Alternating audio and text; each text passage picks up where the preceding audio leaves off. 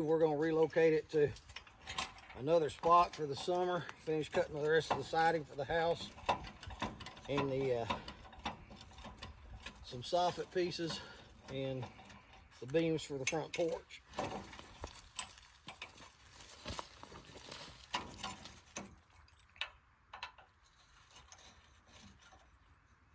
Now, if I were going to be moving this on the highway, I would take more care with these jacks just to make sure that they aren't are up a little more stable.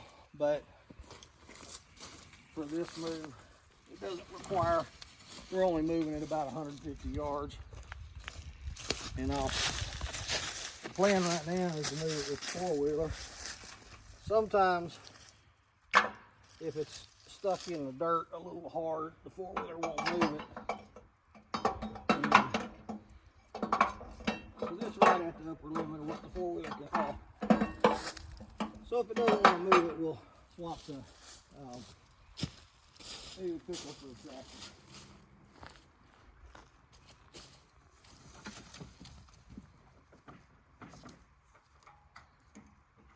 These Cook's mills do have a removable tongue on them.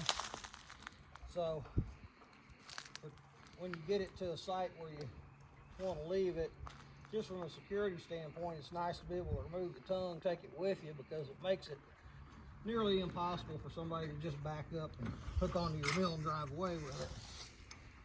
And these have been kind of a hot commodity the last few years, so that's probably more of a concern than it used to be.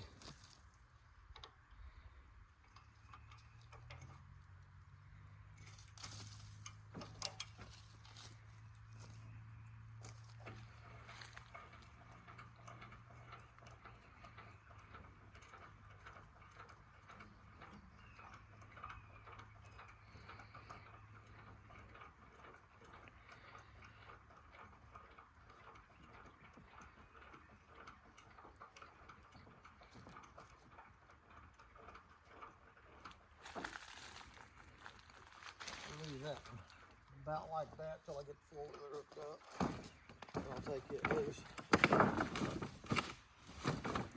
This jack back here, I'm missing my bungee cord for it. So I'm just going to take it off and we'll set it up on top for this little short move. It should ride right there. Alright, I've got to go swap grapple the forks on the tractor, move these two lumber piles. Once we got that done, we'll come back and move the mill.